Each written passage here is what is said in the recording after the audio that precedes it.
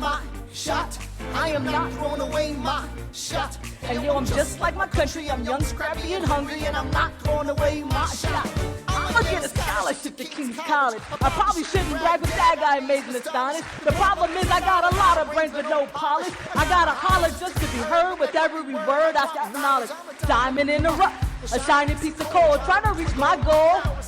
Unimpeachable, only 19, but my mind is older. These New York City streets getting colder. I shoulder every burden, every disadvantage. I have learned to manage. I don't have a gun to brandish. I walk these streets famished. The plan is to fan this spark into a flame. Let me spell out my name. I am the CHANTELV. We are meant to be. As I read the email inviting me to be today's speaker, I was like, me? I don't know who thought it was a good idea to give me a mic, a room full of people, and say, go ahead, V, speak your mind. But as I read on, what stood out loud and clear was the theme. Find joy, fuel joy. I'm like, bet, I could do joy. But then immediately after typing my response, yes, humbly, Chantel, I became overcome with fear. Self-doubt crept in and said, yo, V, you can't do this. But hey, the Hamilton soundtrack was playing for like the 1,000th time. And all I actually heard was, I am not throwing away my shot. Girl, you better rise up. But here's the thing. My shot isn't about winning, money, fame. It'd be nice to be a little famous, have a little extra money in my pocket. But that's not what brings me joy. My shot is that real, deep joy. The kind you carry, even when life doesn't make sense. The kind of joy that sticks with you through what I call the big C's. Chaos, confusion, and change. All of what I've known really well. So, how do we find joy? How do we fuel joy? And how do we fan that spark into a flame?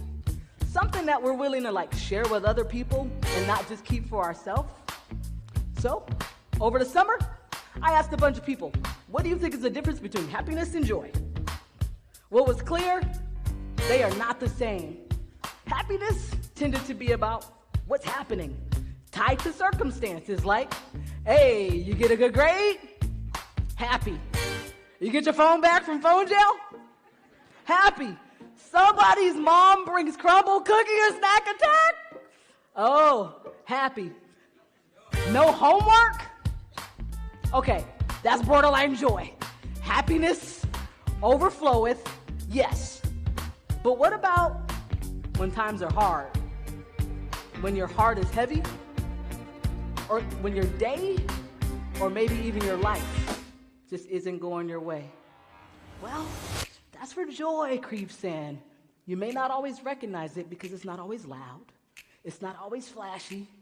But it's that steady thing inside that says, hey, I'm still here. When times are tough, I'm still dope. And I still have hope. But what I hope you're not hearing me say is that you need to fake it and wear a smile all the time just to prove that you have joy. I'm not.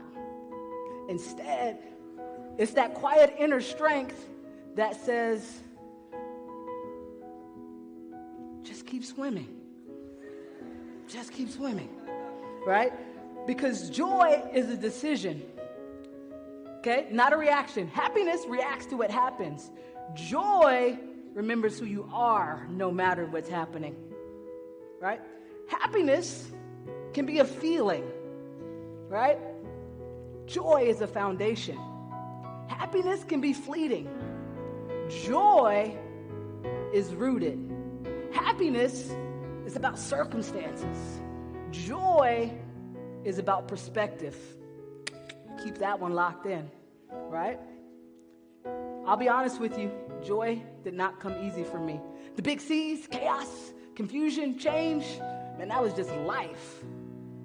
But I can't really tell you the importance of my relationship with joy without telling you a little bit about my story. My mom, she got pregnant with me when she was 14. Bro, I was born on Christmas Day. she was 15. Can you imagine this Christmas getting a new bouncing baby? Okay, never mind. Don't try to remember that. Take that back. Halloween night, 1979. A knock on my grandmother's door. Not trick-or-treaters, policemen. My dad, only 19, was murdered, shot and killed in a drug deal gone bad. His body dumped behind a lighting store in Los Angeles like he was trash. I was 3. At age 9, my mom didn't come home for a couple of days. Per usual, I was watching my brother, JT, he was 3, and Vaughn was still a newborn, an infant in the ICU. Mom being gone, not unusual, but on that day, it was typical. She was young, scrappy, and we were hungry. But a couple of bad guys burst into our apartment building. So I enacted the emergency plan. I grabbed JT, I ran across to the payphone, and I dialed 911. Nope, I called my aunt, the only other number I actually knew.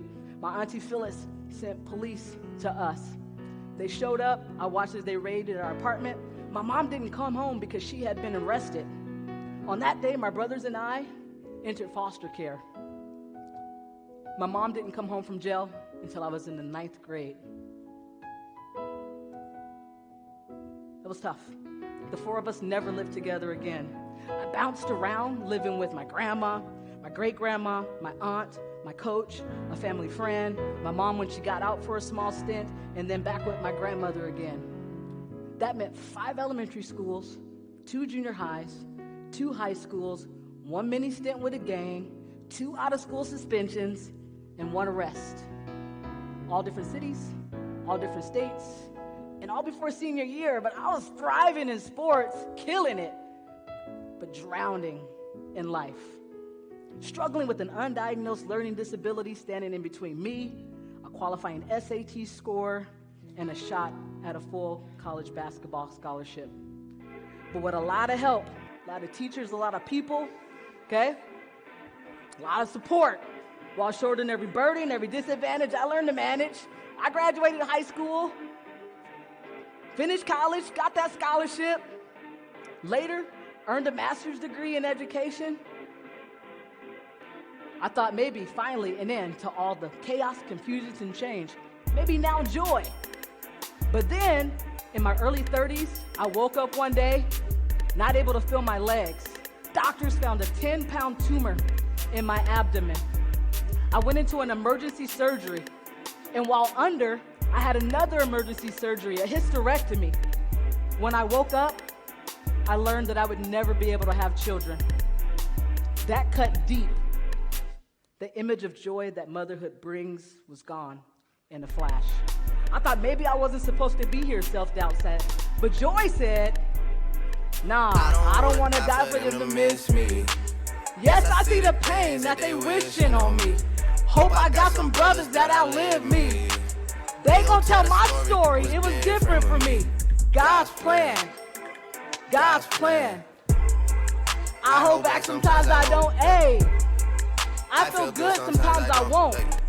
But eventually, I understood that in my joy story, I had to know deep pain in order to see the gift that I had been given. The gift of real deep joy. The gift of joy given to me through people who, they didn't have to give me anything at all. They just showed up. They gave me a joy lifeline. And that deep joy, it stuck. It became my story. So all those bad things that were happening, circumstances tied to happiness, just bad things. No one was wishing it on me. It was just bad things happening in my life. Bad things are happening all around us right now, to each of you sometimes right now. They don't have to be your identity or steal your joy. All right, all you Drake fans, I left it in just for you. Hype me up, let me hear you. Hey, come on.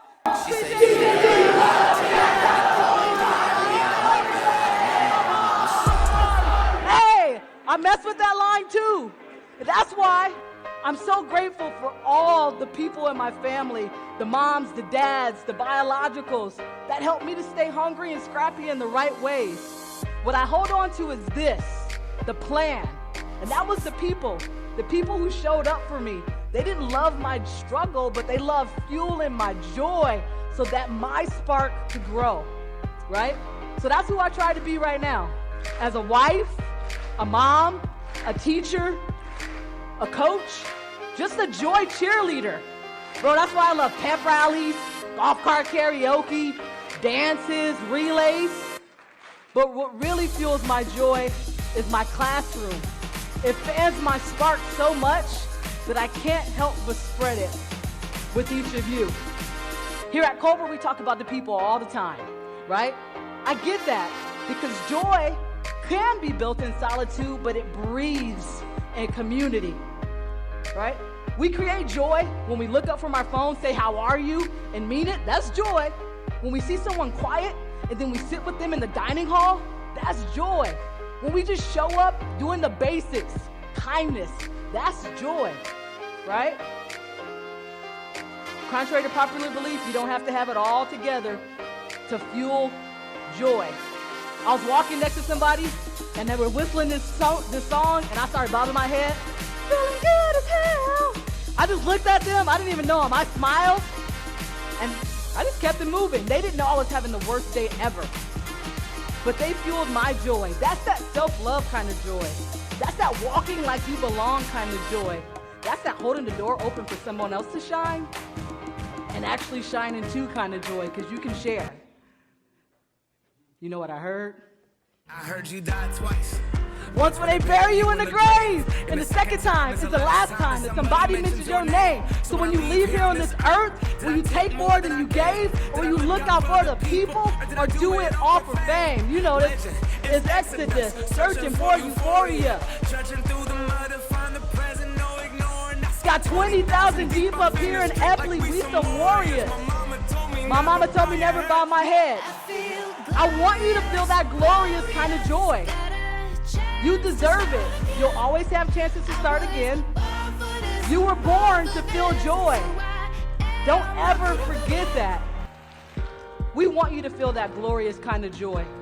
To my colleagues in the room, we don't just set the tone. Sometimes we are the tone, right?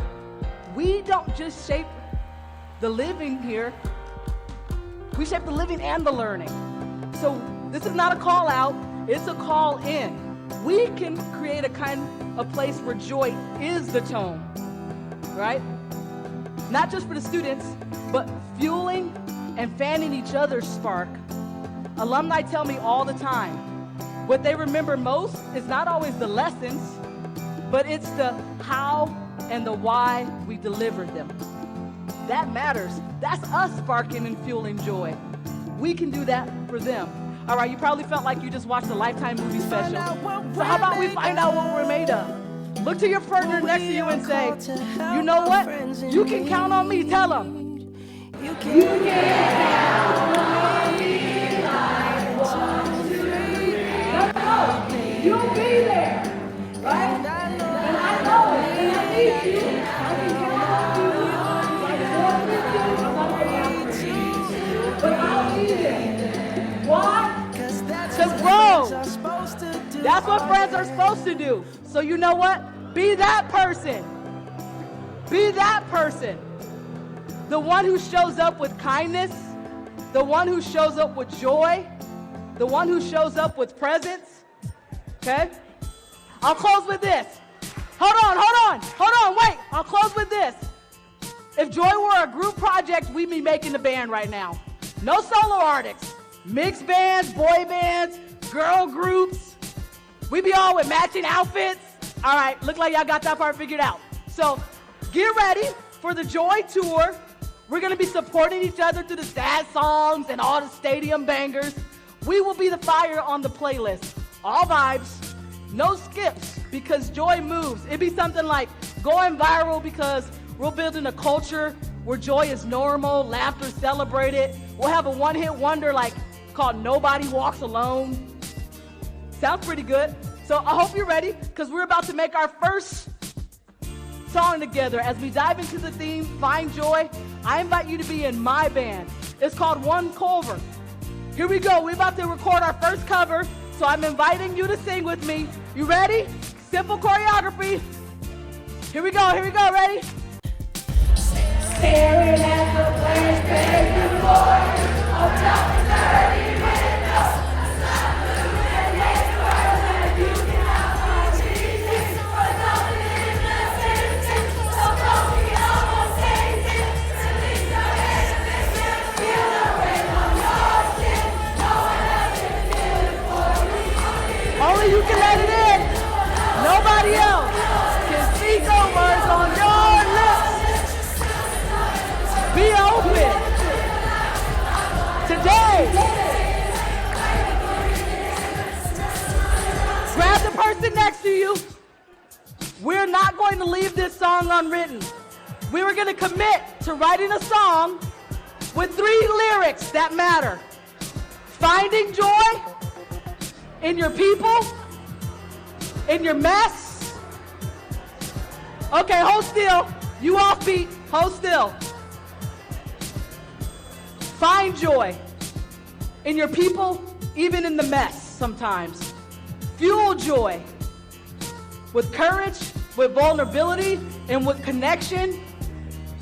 Promise to be the joy every time you show up, everywhere you show up. Someone told me you're always going to miss 100% of the shots you never take. Today, Culver, let's not throw away our shot. Thank you.